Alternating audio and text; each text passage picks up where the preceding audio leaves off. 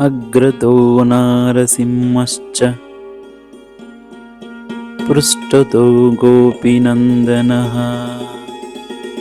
उभयोः पार्श्वयोः रास्तां सशरौ रामलक्ष्मणौ।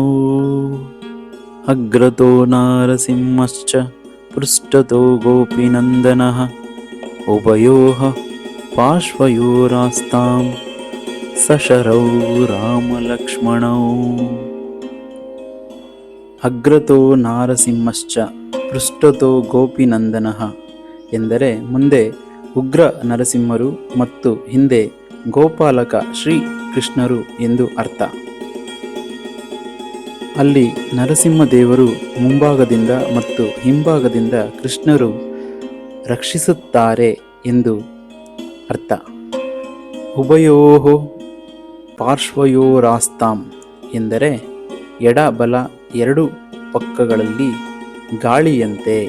ಸಶರೌ ರಾಮಲಕ್ಷ್ಮಣೌ ಎಂದರೆ ತನ್ನ ಭಕ್ತರ ರಕ್ಷಣೆಗಾಗಿ ಬಿಲ್ಲು ಬಾಣಗಳನ್ನು ಹಿಡಿದು ರಾಮ ಮತ್ತು ಲಕ್ಷ್ಮಣರಿದ್ದಾರೆ.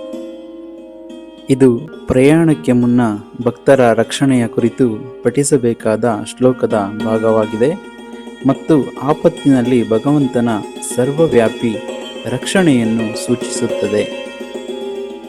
ಶ್ಲೋಕದ ಪೂರ್ಣ ಸಾರಾಂಶ. ಈ ಶ್ಲೋಕವು ಭಗವಂತನಾದ ಶ್ರೀರಾಮನು ತನ್ನ ಭಕ್ತರ ರಕ್ಷಣೆಗಾಗಿ ನರಸಿಂಹ, ಕೃಷ್ಣ, ರಾಮ ಮತ್ತು ಲಕ್ಷ್ಮಣರ ರೂಪಗಳಲ್ಲಿ ಎಲ್ಲ ದಿಕ್ಕುಗಳಿಂದಲೂ ನೆಲೆಸಿದ್ದಾನೆ ಎಂದು ವಿವರಿಸುತ್ತದೆ. ಇದು ಭಕ್ತರಿಗೆ ಧೈರ್ಯ ತುಂಬುವ ಮಂತ್ರವಾಗಿದೆ. ಧನ್ಯವಾದಗಳು. ಲೈಕ್ ಮಾಡಿ, ಶೇರ್ ಮಾಡಿ, ಸಬ್ಸ್ಕ್ರೈಬ್ ಆಗಿ. ನಮ್ಮ YouTube channel Hindu devotional practice.